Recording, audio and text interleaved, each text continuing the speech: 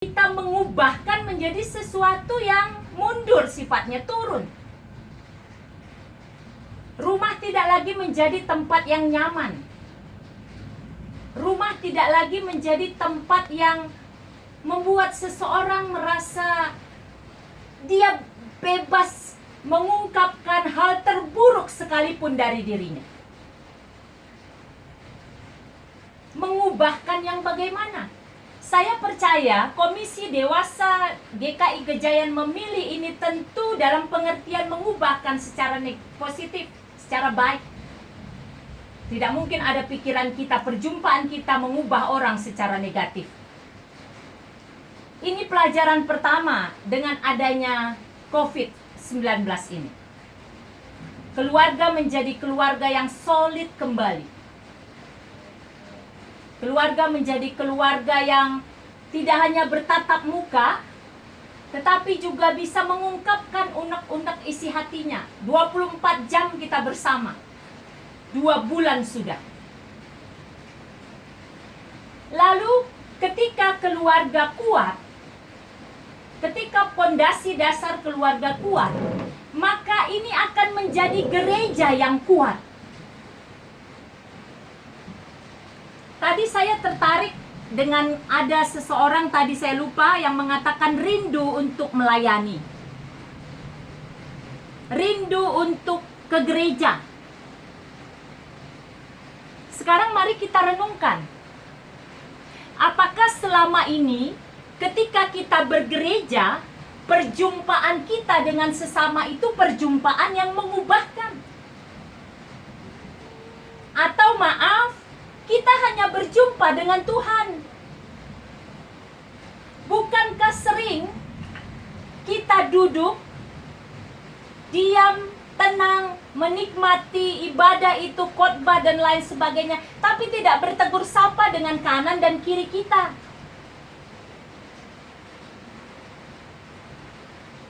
Kita merasa yang penting aku bisa nyaman dalam ibadah ini. Ini menjadi perenungan. COVID-19 mau mengajak kita kembali melihat bagaimana sesungguhnya gereja yang Tuhan kehendaki. Gereja adalah igreja. Igreja itu dipanggil keluar dari kegelapan ke terang, persekutuan orang percaya. Jadi dipanggil dari kegelapan kepada terang. Di dalam terang itu berkumpullah orang-orang yang sudah diterangi, orang-orang percaya, yang tentunya saling menebarkan aura positif, kasih. Tetapi mari kita tanya diri kita sendiri, apakah saya sudah berjumpa dengan orang lain dan mengubahkan dia, dan saya diubahkan secara baik? Itu yang berikut. Ketika keluarga kuat, maka gereja menjadi kuat. Dan ketika gereja kuat, orang-orang yang di gereja ini akan menjadi keluar dalam pengertian beraktivitas untuk kegiatan kita masing-masing, di pekerjaan kita masing-masing. Tadi ada koas yang harus di rumah dulu. Ada tadi kakak yang tetap harus mengajar. Ada tadi abang kita yang tetap bekerja karena memang harus bekerja, dan lain sebagainya. Apakah ketika gereja yang orang-orang percaya yang sudah dipanggil dari kegelapan kepada terang Kristus keluar, mereka punya etos kerja yang mengubahkan? Atau tidak ada bedanya? Ini yang menarik perenungan saya secara pribadi dari COVID-19 ini. Apakah kita bekerja hanya sekedar bekerja, lalu pada waktunya saya dapat gaji, dapat upah, sudah selesai saya bekerja lagi tanpa sebenarnya ada yang saya ubah? Padahal kita berkata selalu dan menjadi tren lagu 1 tahun atau 2 tahun yang lalu, hidup ini adalah kesempatan. Lalu ditutup dengan kata-kata akhir, hidup ini harus jadi berkat. Jadi berkat nggak hidup kita? Berubahkah orang? Diubahkankah orang melalui perjumpaannya dengan kita, dan diubahkankah kita ketika berjumpa dengan orang lain? Makanya saya merasa sangat bersyukur dengan tema ini. Terima kasih kepada Pak Ben, terima kasih kepada Yohanes yang memberi kesempatan untuk pelayanan pada malam hari ini. Tema ini menjadi tema yang sangat membawa kita kepada kedalaman hati kita. Siapa aku sebenarnya di hadapan Tuhan? Karena perjumpaan dengan Tuhan harus berbuah kepada perjumpaan dengan sesama. Itulah salib. Tetapi yang selama ini, bahkan saya katakan, termasuk kami-kami atau termasuk kita-kita, gereja itu menjadi, maaf, semoga saya salah, menjadi ajang persaingan pelayanan.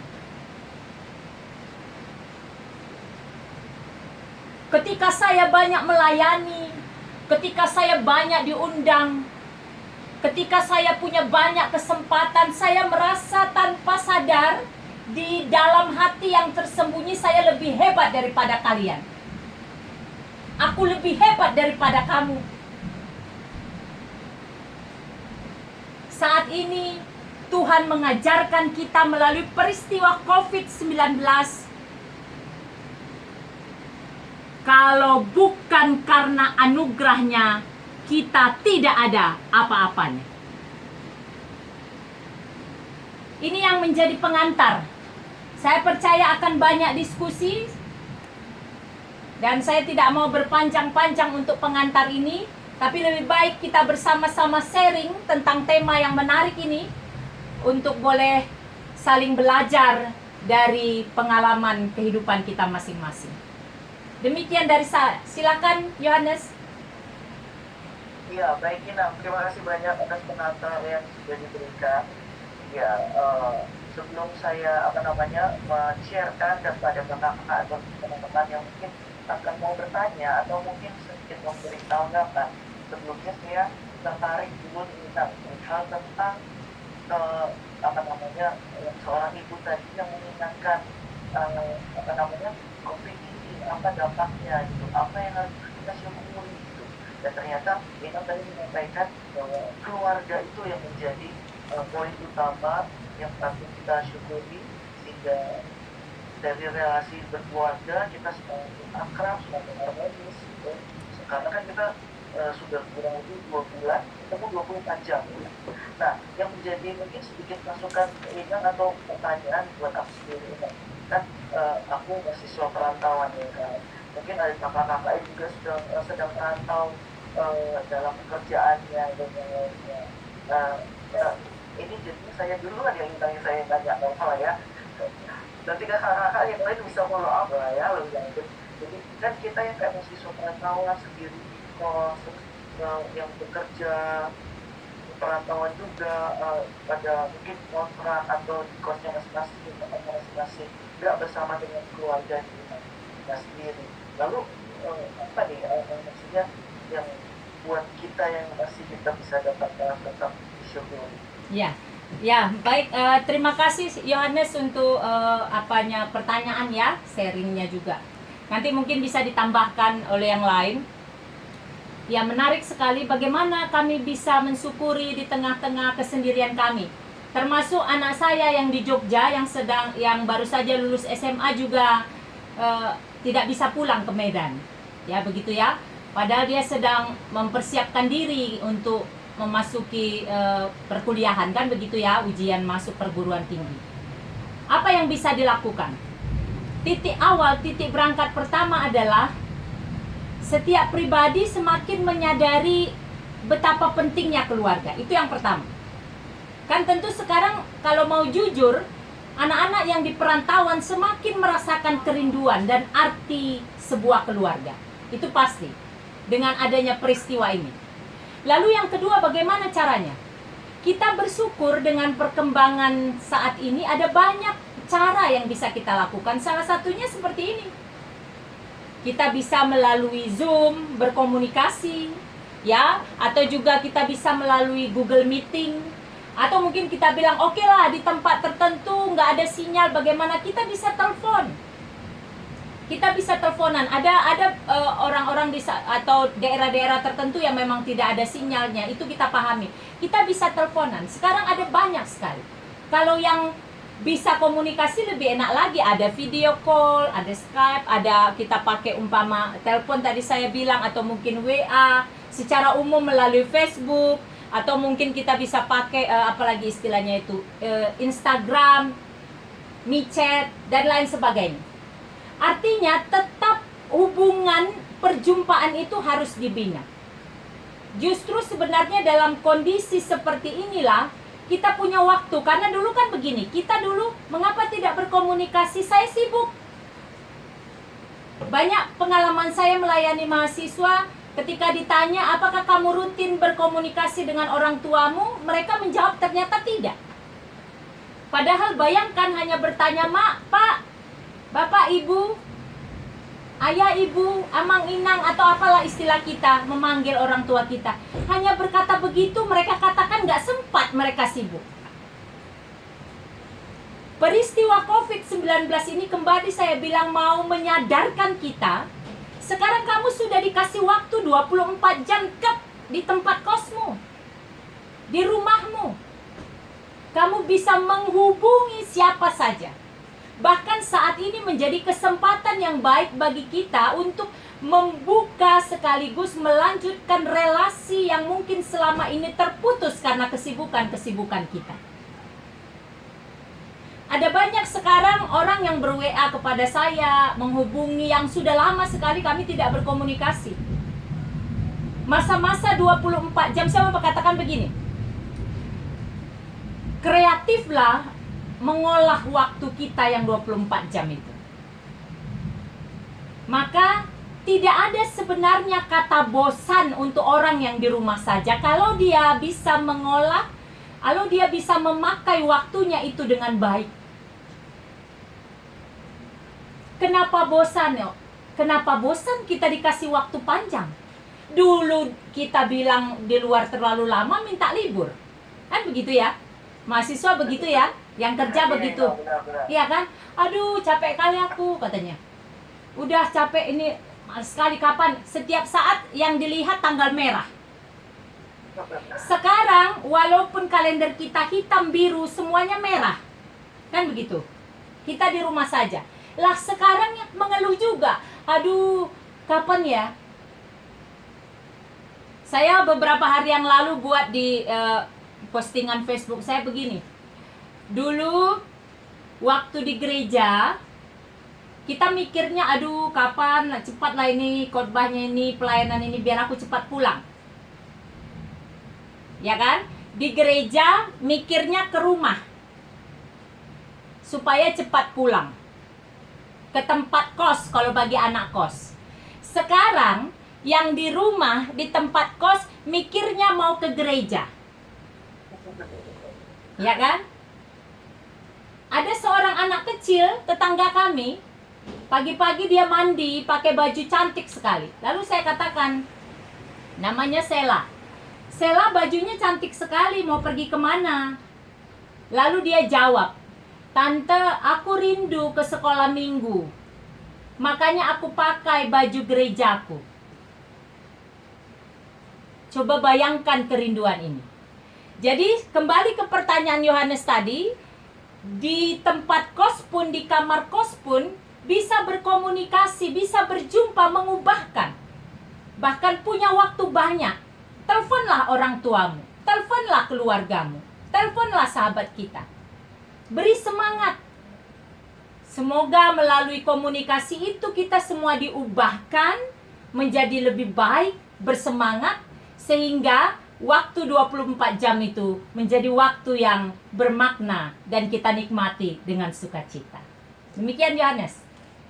Oke, terima kasih banyak ya. Wah, luar biasa deh, benar-benar ya bukan bermaksud gini ya, saya masih lah tetap masih nervous gitu ya. Ya paling ini sedikit tambahan penjelasan gitu ya. Tadi kan kalau keluarga ketemu enak nih tatap muka sampai kanan sampai kiri gitu ya, masih masih lakukan saya makan malam bersama atau gimana gitu. Ya kalau ini maksud saya kan paling tambahan aja mungkin bagi kakak-kakak yang atau saya sendiri yang perantauan bagaimana. Itu aja sih, terima kasih. Terima kasih. Mari kakak-kakak yang lain mungkin apakah ada tambahan pertanyaan ini? Ini kayaknya menarik kalau kita buat diskusi. Soalnya pas kebetulan banget tema kita ini masih dalam jenjang minggu-minggu Paskah. Nah, kemarin kan minggu Paskah kelima ya, gitu ya. Yesus bangkit, ini sekarang dia sedang mungkin pada saat ini dan pada saat ini temanya kita pas lagi ketemu sama murid-murid. Nah, mari kakak-kakak yang lain, ada yang mau bertanya tentang ini. Pendeta Putih tadi sudah memberikan pengantar yang sangat baik, itu bagus juga, bisa nanti apa namanya kita diskusikan. Atau yang mungkin lebih sempat bingung nih apa namanya tentang ada apa penjelasan yang kurang sampai gimana gitu, nanti bisa dijelaskan lagi. Mari kakak-kakak teman-teman, adakah yang mau bertanya? Bang Ferry mungkin ada. Oh, siapa? Ini kita tadi ada juga yang join, berarti itu ada Kak Joshua, ada Kak Lois juga nih yang join. Halo Kak Joshua, Kak Lois, apa kabar? Halo Kak Firman, sehat, puji Tuhan. Sehat, puji Tuhan juga. Nah, Kak Lois juga, puji Tuhan. Kak Joshua itu tadi pengantar ke Pendeta Budi, mungkin mau bertanya? Enggak dulu deh aku, yang lain ada. Belum dulu, oke. Kak Lois mungkin? Masih menyimak dulu. Oke. Menyimak. Dan enggak yang lain mungkin bisa. Pak B juga boleh loh Pak, mari silakan.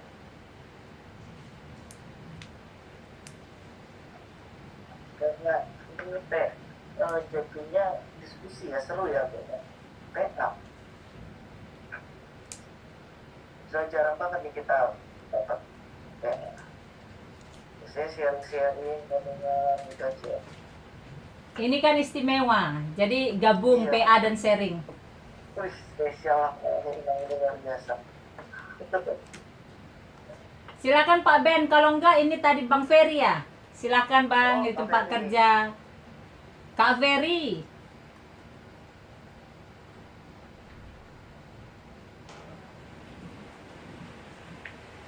Selamat malam Bu. Selamat malam. Nah, sebenarnya ya nggak nanya sih, cuman saya tadi menyimak. Kembali lagi bersyukur sih sebelum pandemi ini sih sebenarnya orang tua di Jawa, tapi pas entah kenapa mereka pulang baru terjadilah pandemi ini, pulang ke kampungnya. Saya bersyukur di situ karena umurnya kan sudah di atas 60 tahun, Ya. malah rawan kalau di sini. Malah mereka di kampung halaman menurut saya lebih aman. Jadi puji Tuhan saya bersyukur gitu. Nah, tapi tidak lupa saya itu memberi apa ya informasi ke mereka, paling tidak 2-3 hari sekali saya telepon, tolonglah jangan nonton TV berita-berita negatif tentang corona, matiin aja TV-nya karena kebiasaan orang nonton itu nanti berita-berita negatif malah menjadi imunnya turun, mereka cepat sakit. Jadi ya itulah informasi-informasi yang saya berikan kepada mereka. Gak usah terlalu khawatir, di rumah aja, yang penting jalankan protokol kebersihan. Ya itu yang saya bersyukur di situ, bersyukur karena mungkin kalau mereka di sini lebih bahaya. Saya pulang kerja malah koneksi sama orang-orang di kantor kan, meskipun kita udah bersih malah kita bawa pulang virus itu ke rumah. Nah itu yang saya bersyukur gitu, orang tua udah pulang kampung malah aman, malah saya merasa aman di sini. Yang penting saya tetap komunikasi dengan mereka. Itu saja mungkin Dan saya ingin menyatakan bahwa saya mengucap syukur akan hal itu. Iya. Iya, terima kasih Kak Ferry. Berarti Kak Ferry ini sudah melakukan perjumpaan yang mengubahkan dengan komunikasi kepada orang tua. Ya, harus seperti itu ya. Kita menjaga yang sudah relatif usianya udah usia angka tinggi ya. Ya. Terima kasih Kak Ferry. Nah, mari Pak Ben mungkin mau bertanya atau sharing Pak.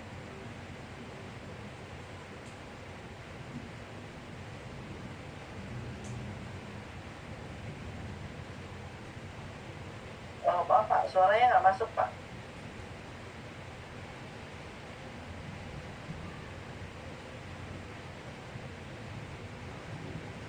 Belum suaranya Pak.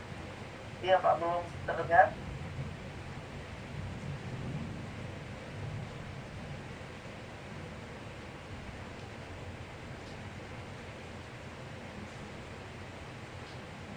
Belum Pak, belum connect. Ya, oke, baik. Ya, sambil Pak Ben ini connectkan audio yang masih menyimak sampai saat ini dengan video ini Kak Wulan. Kaget langsung dipanggil ya. Iya Kak Ulan nih. Kak Ulan dari tadi saya perhatikan serius sekali mendengarkan. Iya Bu, benar. Saya lihat-lihat baik-baik, setia dia mendengarkan dengan videonya kan.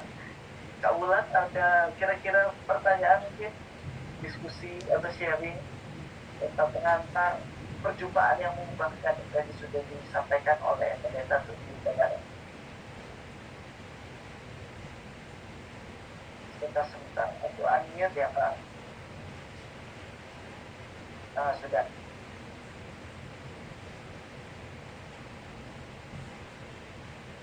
Saya kok nggak pengen juga suaranya ya. Ada apa ini?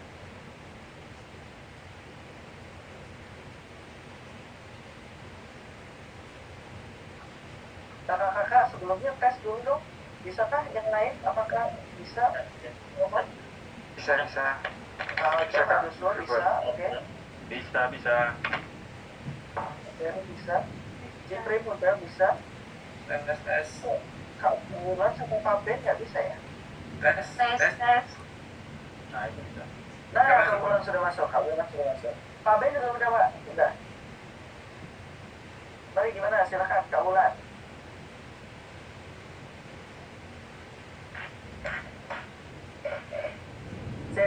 Saya sebentar. Tadi masuk, sekarang nggak kedengaran kan? Sabar Kak Ulan. Sabar ya. Kenapa ini?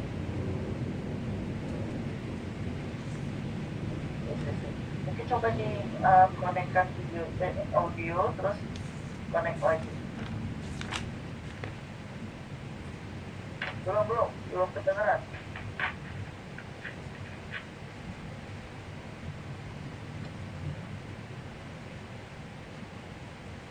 Kalau nggak ada kedengaran apa ini kacau. Oke deh, sambil diperbaiki dulu Wulan, kita beralih lagi ke Pak Ben yang sudah bisa. Oke, Halo. Ya. Nah, sudah.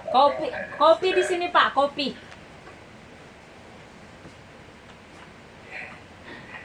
Kopi atau teh, Bu?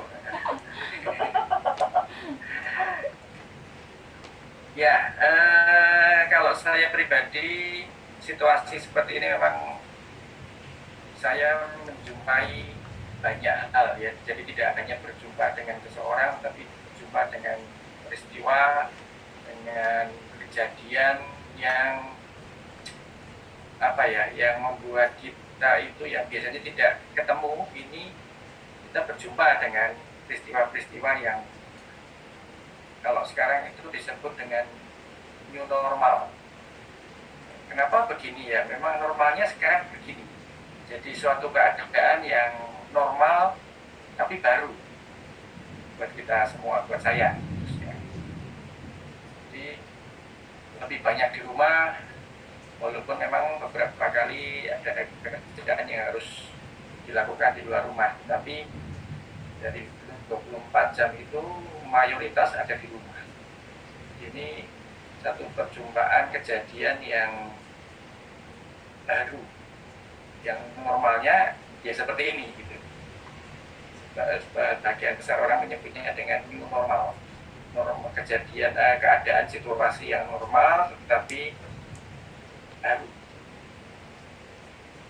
ya itu dulu. Jadi saya sih menikmati sekali ya dengan kondisi seperti ini, kesempatan untuk belajar, ya, belajar untuk mendengarkan banyak dari, ya termasuk Bu Tuti, Pak Ramli yang saya dengarkan dari YouTube, kemudian ada Pak Yoas, ada pendeta-pendeta lain yang menguatkan kita di saat situasi seperti ini.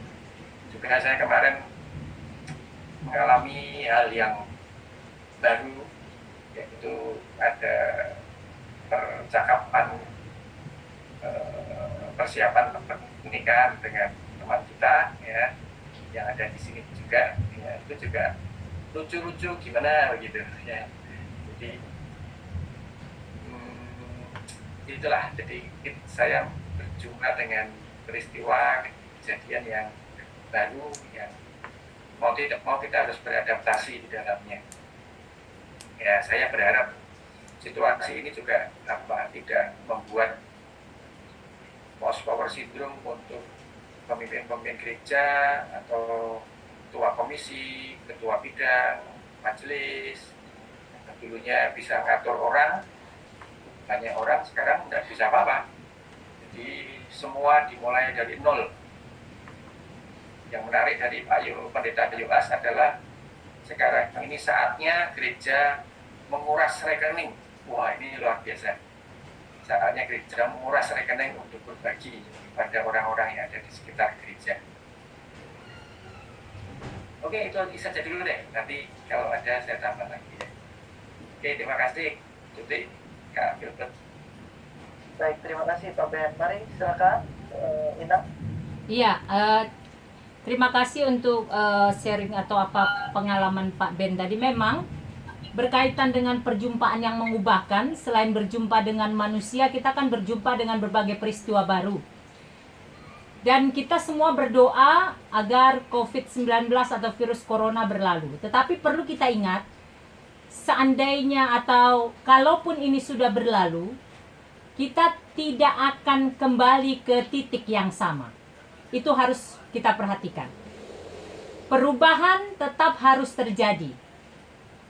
Bagaimana kita bersikap, baik secara umum mungkin menjaga kebersihan, kesehatan, perjumpaan dengan orang lain dan peristiwa lain itu pasti akan berubah. Tidak bisa sama. Makanya kalau orang katakan semoga kita kembali beraktivitas seperti biasa ya Inang, saya pasti tambahkan dengan perubahan-perubahan baru. Dengan beberapa perubahan pasti harus terjadi. Karena contoh-contoh sederhana saja ya, ini mungkin bagi orang mungkin enggak, tapi bagi saya ini menjadi sesuatu yang penting bagi saat-saat COVID ini. Kita biasanya makan, nggak tahu ya kalau di sana, kalau kami orang Batak itu ada acara-acara makan, itu kan cuci tangan. Cuci tangan itu kan satu aja tempatnya. Bayangkan berapa tangan di situ. Itu sebenarnya bukan cuci tangan, ngotorin tangan. Iya kan? Dengan sekarang ini, nanti mau tak mau pihak atau apapun namanya yang melaksanakan acara pasti mulai berpikir yang lain, mulai berpikir bagaimana cara yang dilakukan agar kesehatan terjaga. Itu yang bisa. Dan memang seperti Pak Ben katakan tadi, dalam hal pernikahan juga kan banyak luar biasa perubahan sekarang. Beberapa yang harus melaksanakan pernikahan memang harus tidak bisa mengubah. Yang hadir hanya 6 orang. Coba kita bayangkan, pengantin, orang tuanya, pendeta, dan ada 9. Pesta pernikahan dengan 9 orang. Yang dulu bagi kita nggak mungkin, sekarang mungkin. Itu perubahan-perubahan yang terjadi. Dan banyak lagi. Dan yang paling menarik tadi yang terakhir Pak Ben ya. Yang terakhir tadi yang paling menarik. Kalau dulu gereja bermohon ungkapan syukur dari jemaat, sekarang jemaat menunggu perbuatan gereja. Kan begitu ya? Itu tadi istilah Pak Yoas tadi, menguraskan, begitu ya. Dulu bagaimana gereja berdoa, Tuhan berkati umatnya, jemaatnya, lalu memberikan ucapan syukurnya. Sekarang kita berbuat. Itu yang dikatakan kalau dulu come church, datang ke dalam, datang. Sekarang kita memikirkan go church, gereja yang keluar. Apa yang diperbuat? Bukan saya katakan dulu gereja tidak berbuat, tetapi sekarang lebih banyak berbuat. Itu dia. Terima kasih Pak Ben. Iya, oke. Terima kasih Pak Ben. Kita kali mau menanggapi tentang menguras rekening gereja ya, Imam ya. Perihal kayaknya nggak perlu juga menguras rekening ya. Kayak seperti program-program kerja dari setiap komisi yang akhirnya tidak jalan kan bisa kita gantikan gitu, maksudnya kita alihkan menjadi program aksi berbagi kepada jemaat gitu, atau enggak orang-orang yang membutuhkan. Jadi kalau dibilang oke, mungkin Pak Yos bilangnya menguras rekening gereja bahasanya, tapi kalau misalnya kita program-program tahunan yang akhirnya tidak terjalankan daripada mubazir, kan itu misalnya sudah disetujui dananya, ya penting kita alihkan kan malah justru tidak apa-apa ya, kan itu malah justru ya menjadi suatu yang baik. Saya lihat karena melihat konteks saat ini yang dibutuhkan malah yang itu gitu. Itu sih, daripada kalau bahasanya sedikit menguras, jadi nanti kan kasihan juga ya, maksudnya pendeta nanti atau klaster karyawan itu kan nanti dapat dari mana kalau dikuras gitu ya kan. Iya. Iya, kalau Pak Yoas kan biasa memakai bahasa yang vulgar. Sebenarnya tidak seperti itu. Dia sebenarnya yang mau dimaksud begini, Yohanes ya, dan untuk kita semua. Menguras juga punya arti ketika umpama nih kita punya bak mandi, kita kuras. Itu kan dibersihkan. Ya, dibersihkan dengan pemikiran akan ada sesuatu yang baru. Jadi pada masa ini ya nggak apa-apa, betul juga yang Yohanes bilang tadi, hanya saya pikir tadi itu hanya istilah. Kita pakai uang itu atau dana atau apalah istilahnya yang bisa kita berikan kepada umat untuk menjadi berkat, kan begitu. Saya percayalah tidaklah, Tuhan tidak izinkan juga para hambanya tidak bergaji kan. Koster tidak bergaji enggak. Buktinya nih saya sehat loh, kan gitu. Iya ya. Pastilah pasti. Nah, kan masih ada apa namanya, Kak Henry, yang Kak Ferry tadi ya, Kak apa tadi? Kak Ferry kan masih bekerja. Nanti pasti masih datang ke GKI Kejayan itu nanti berkat-berkat, kan gitu ya. Oke, silakan. Ya, oke deh. Terima kasih. Ya gimana Pak? Sedikit konfirmasi aja, nanti salah pengertian, salah paham. Oh iya Pak. Ya, jadi kalau gereja itu seperti biasa normal, itu bisa membiayai kegiatan aktivitasnya itu karena salah satu pemasukan adalah dari persembahan. Jadi kalau kondisi sekarang ini persembahan boleh dikatakan tinggal 30%. Nah, artinya terus terang gereja kita sudah benar-benar bongkar tabungan dan menguras benar-benar. Jadi istilahnya apa ya, harta milik, aset-aset gereja ya bukan berujuk barang ya, yang berujuk uang, yang dalam bentuk yang tabungan atau arisan atau apapun yang disimpan itu ya dilikuidasi, dicairkan. Misalnya gereja juga misalnya punya deposito, itu dicairkan. Jadi benar-benar dikuras, ya. Bukan berarti sampai kekurangan, tidak kekurangan, puji Tuhan masih tetap jalan, tetapi yang biasanya disimpan sekarang harus dikeluarkan. Jadi pemasukan gereja dari persembahan benar-benar sangat berkurang. Itu pun biaya operasional masih tetap jalan, ya. Karyawan gereja tidak merumahkan, tidak mem-PHK karyawan, tetapi itu masih tetap jalan. Ya, sekedar meluruskan saja supaya tidak salah tadi. Oh ya, baik Pak. Oke. Program kan nggak Terima kasih. jalan, ya, dananya juga tidak ada yang masuk, gitu, sedikit sekali. Oke. Ya, oke baik Pak. Pak Ben, terima kasih atas ini pengertiannya dan ini ya penjelasannya. Jadi kita jadi umat mengerti gitu Pak. Saya kan soalnya tidak juga dalam organisasi ya, walaupun saya nantinya akan masuk dalam kehidupan jemaat juga, tapi kan saya nggak ngerti nih Pak nantinya bagaimana keuangan komisi gitu, dan kayak majelis mungkin sudah tahu, dan akhirnya terima kasih atas penjelasannya. Mungkin juga di himbauan mungkin kakak-kakak di sini, nah kita ayo mari kita terus memberikan persembahan walaupun tetap di rumah. Nah, sebagai rasa syukur ya, walaupun setidaknya kita masih beraktivitas atau kita sudah juga mengurangi pekerjaan kita, tapi bentuknya nanti silakan ada bentuk persembahan yang tidak online, ada yang bisa nanti dikumpulkan dulu sampai misalnya berapa puluh ribu, berapa ratus juta mungkin, baru nanti setelah pandemi ini berakhir baru kita bisa berikan pada ke gereja. Oke, baiklah. Oke, selanjutnya tadi kita ulang tadi skip karena lagi rame ya. Oke, siap. Ada lagi kakak mungkin mau sharing atau bertanya perihal perjumpaan yang mengubahkan nih. Jadi aktivitas atau mungkin momen tertentu, peristiwa apapun yang dapat nggak harus mengubahkan kakak itu sendiri atau mengubahkan orang lain, atau bisa saling mengubahkan perjumpaannya. Mari kakak ada.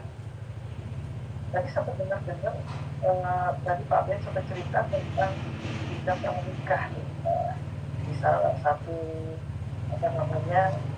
jemaat kita, kakak-kakak di sini ada yang ikut di pernikahan ini kan.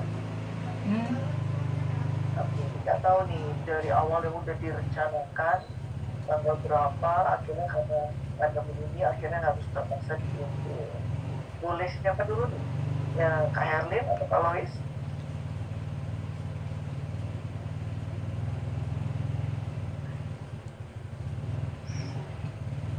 Sweet. Apa yang mau diceritain? Yang ini kan kakak ini sedang tidak perhatikan. Kakak mungkin sudah ini kan mendapatkan tanggal yang pas. Kalau tanggal kan dari awal memang udah ada.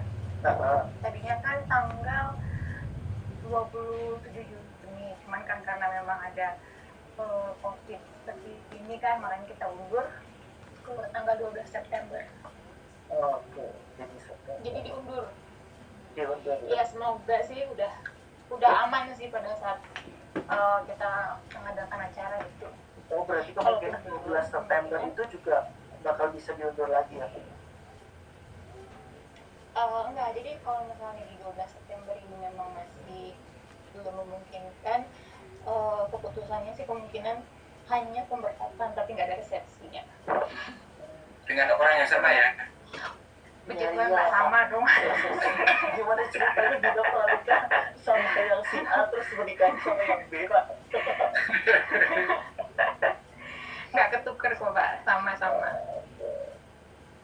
Kirain Ya, karena sama yang salah paling- satu di sini ya kan yang ngepet-ngepet.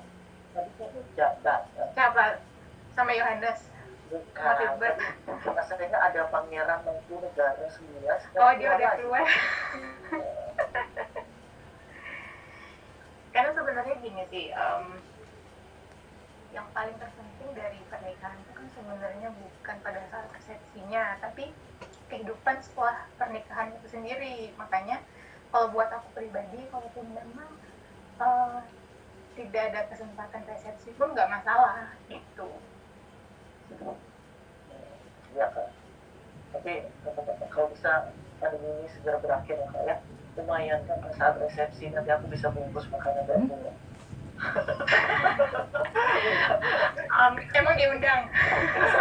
Pasti Jangan dong. banget kan, pasti diundang dong.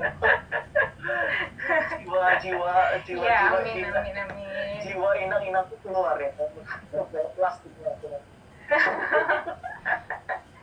Udah nggak Ya, lagi. kita berdoanya semuanya segera berakhir ya pandemi ini, jadi kita bisa berkegiatan dengan semestinya lagi, dengan perubahan-perubahan seperti yang tadi disampaikan oleh Bu Tuti, perubahan yang baru, yang lebih baik tentunya dari yang sebelumnya.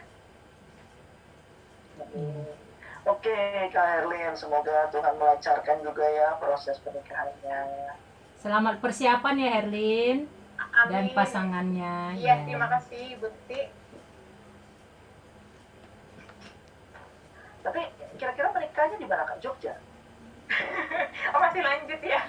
Kayaknya Yohanes Masih penasaran, Jogja. dia berharap minta diundang itu Herlin. Kak, undangan. Pasti nama Bilbet udah paling awal kok.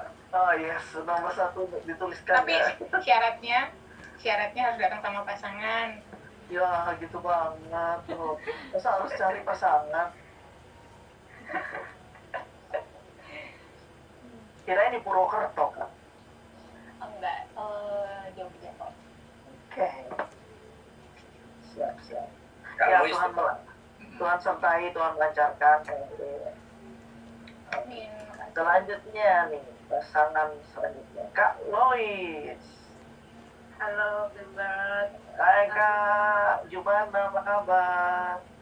Baik. Tuhan. Kayaknya gara-gara melihat pembicaranya pendeta Tuti Huta Barat, kakak langsung datang ke persekutuan ya. Kangen kan Kak dengan beliau ya kan? Iya, kangen banget sama pendeta Tuti. Iya, sama. Saya juga kangen semuanya. Iya, Bu. Kak Lois, boleh dong cerita-cerita sedikit tentang ini, bulan menikah, tanggal dan sebagainya. Nggak jauh beda sama Herlin sih sebenarnya, cuman kalau saya pribadi sama Yonatan kan sebenarnya udah tanggal 19 April kita udah sediain, semuanya udah persiapan semua, udah cetak undangan semua, udah kita kirim semua ke Kalimantan, kita juga udah ya vendor semua udah siap lah, kita tinggal terbang, tiket juga udah siap, cuman seminggu sebelum hari hanya yang kita harus pulang, ternyata harus namanya karantina mandiri ya 14 hari ya. Nah, kita nggak sanggup 14 hari karantina, dan setelah itu kita kembali ke Jogja juga harus karantina. Nah, itu kita juga nggak sanggup, otomatis kita kan harus libur 28 hari atau nggak 1 bulan ya dari kantor itu kan. Iya. Nah, setelah itu, setelah kita doakan, setelah kita pikirkan dan lain-lain, akhirnya orang tua memutuskan, ya udah kalian pemberkatan aja di GKI Gejayan tanpa orang tua, hanya diwakilin sama keluarga aja seperti itu. Dan setelah itu saya konsultasi sama Pak Ben. Terima kasih banyak Pak Ben udah support dan udah ngasih jalan keluar untuk saya bisa, pada akhirnya saya bisa lulus dari percakapan pastoral dan semuanya berjalan lancar. Itu aja, dan kemudian kita akan melaksanakan pemberkatan pernikahan di GKI Gejayan. Kalau boleh tahu tanggalnya Kak, tanggalnya? Rencananya sih tanggal 1 Juli. Oh, 1 Juli. Oke. Ya, Tuhan menyertai juga Kak, Tuhan melancarkan. Tapi berarti kan nanti Yonatan tetap harus ini ya, 2 minggu ya karantina di Jogja ya? Sebenarnya zona merah sih ini ya, zona merahnya Jogja ya. Kalau dia kan kerjanya di Sragen. Oh. Sragen kan zona merah, enggak zona merah sih, sama maksudnya yang kalau positif mereka di sana baru sekitar 2-3 orang. Kalau yang di Jogja sih udah banyak banget ya, sampai 100. Kita lihat kondisi nanti gimana. Ya maksudnya kan anggapannya kalau Yonatan karantina di Jogja sekaligus lah 2 minggu itu honeymoon di Jogja ya kan? Maksudnya before after nih? Ya after. Oh, after. Iya kan? Kayaknya Yohanes ini kepo banget ya, semua ditanyain ya. Dia udah mau Gitu Ida. Itu utamanya, Bu. Honeymoon, Bu. Kalau calonnya Louis itu bukan Sunda Merah, tapi Jonathan.